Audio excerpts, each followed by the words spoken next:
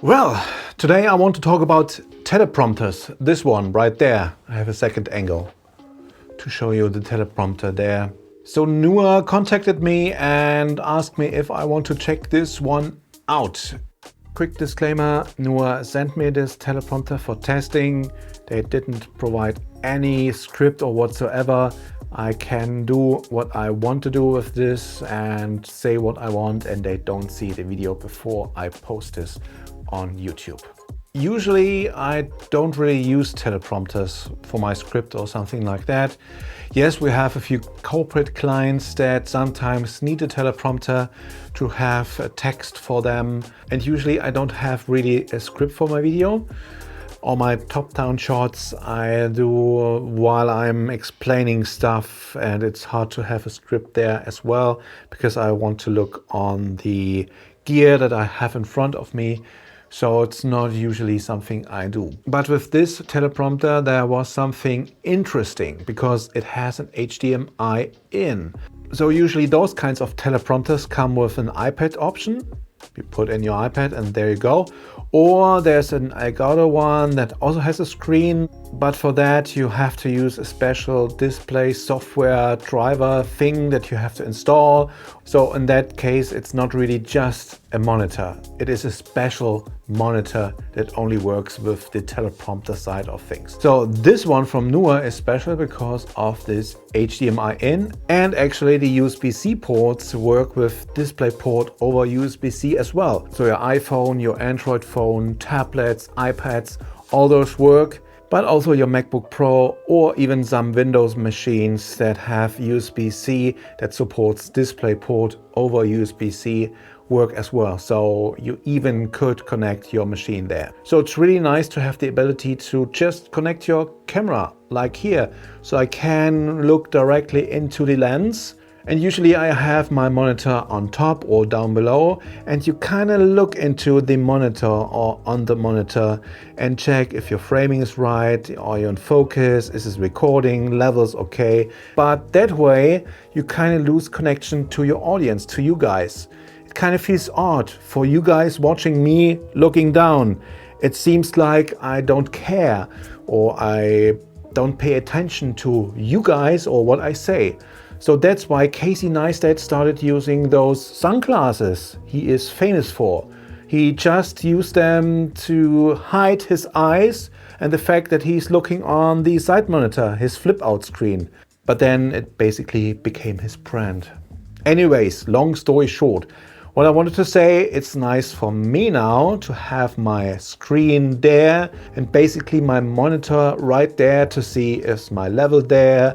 I'm in focus, the little eye thingy is tracking me because I have info display on, which is nice, and so I don't have to look up or down. And yes, I know there are AI plugins or tools out there that can fix the eyesight or the direction of your eyes, and we used that for a client project because we did not have a teleprompter on location, and so we fixed that, but sadly the output quality of those tools are not the best. And this was also a 4K production with green screen and keying and stuff like that, and the background always looked really bad. Anyways, long story short, those tools might be fine for a quick TikTok video or Instagram post or something like that, but for a client project, Anyways, now this can be fixed with a teleprompter. And yeah, I'm testing this right now. It's quite nice. I mean, it's not the biggest one, but for me it's all right. For text it's even better.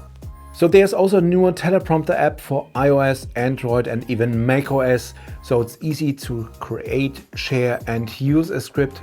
Just connect your phone with USB-C or your Mac with HDMI to this monitor, to the teleprompter, and that's it. I'm using it right now to read this script I wrote on my Mac and copied to my phone. It's running right there. All the controls like text size and scroll speed are right there and can be controlled right on your phone or with optional remotes or even a foot pedal from NEEWER. This is not included in this setup, but can be bought separately. With the macOS app, you even have a bit more control. So that might be an option to connect your Mac directly to this with HDMI and share your screen and split it up and have a little bit more control right there. It depends on your setup. This is actually not in the script anymore.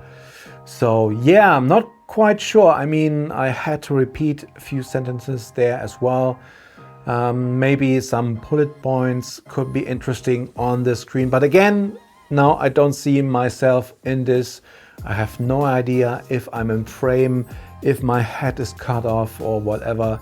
So for me, this teleprompter really is for this setup, to see myself, to check my framing, if everything is running. I don't really use a script. Maybe I should, not quite sure. Anyways, yeah, that's about the teleprompter option of this teleprompter. Now, the only real downside with this teleprompter is, yes, it feels a bit cheap. I mean, it's well built, well thought out. The mounting mechanism is nice. You can just remove the screen like that. It's really easy. USB-C, HDMI, all there. The camera, I mean, I have the A7S Mark III on there with a cage. I switched to a light 28mm lens because with that it's stable. I tried with the bigger, even though it's not really big, but it's the bigger 24 1.4 from Sigma, and with that it was tricky. It almost didn't fit.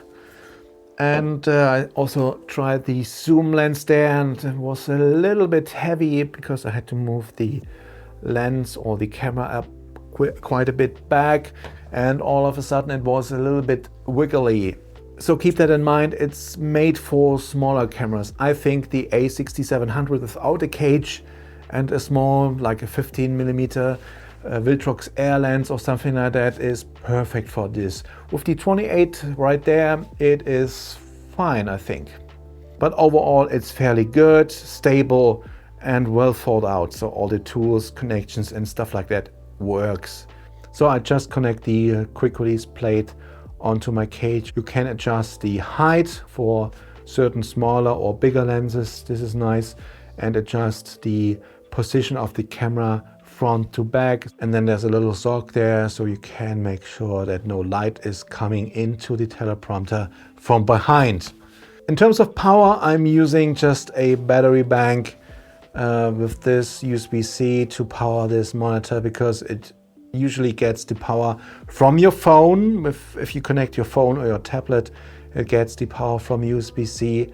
That works just fine, but if you connect it to the camera, battery bank does this quite well. So for all the iPhone content creators out there, it also comes with a iPhone holder, just like so.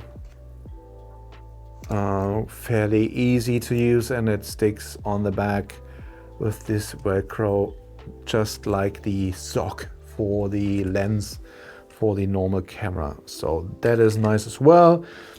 So besides the plastic feel of this teleprompter, you should be aware of a little issue with reflections, depending on your setting and your lighting and what stuff you use on your screen. So right now it seems to be fine. I don't have any reflections. So one thing could be the bright light that comes from a monitor like this and reflects directly into the mirror angled screen right there. Or if your light is an angle and really bright, it could reflect also. Usually you can reduce that with flagging this off, or use like a polarizing filter on top of the lens, but that can be a bit of an issue because you can't really reach that filter, or sometimes depending on your lens, like even this one or this 72, the filter might be too big to fit in there. Also, in my experience, it depends really on the location. And what really is an issue with this is the monitor itself. Now I have it on the lowest setting, but as soon as I set it brighter, even with the on-screen monitor info there, I have it on 20 now. Yeah, as you can see now, this reflects there in the middle. You have really, and you can see changing it because of the bright hand in the frame. You can see this reflection in the middle. This comes directly from the monitor itself.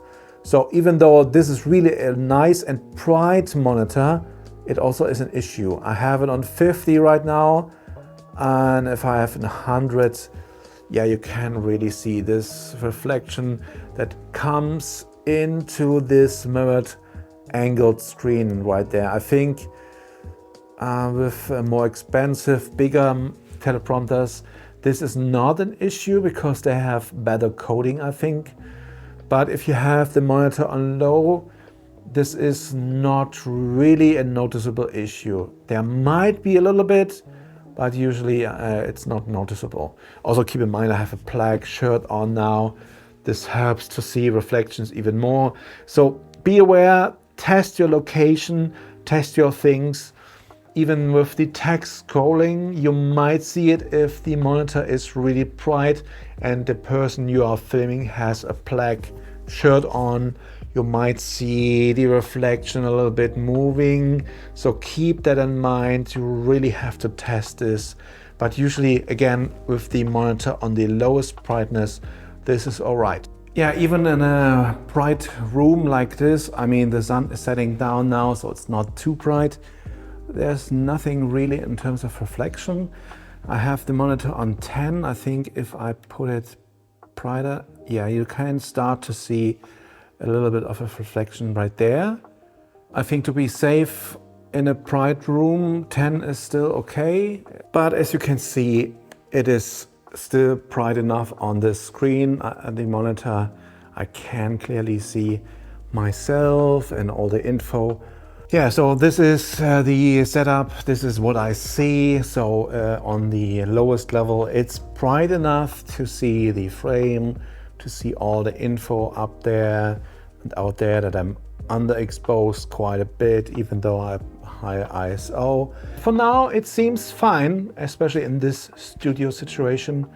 What also could be nice to have, like for a live stream, to have the YouTube comments or whatever on this. This is also possible because of this HDMI input there.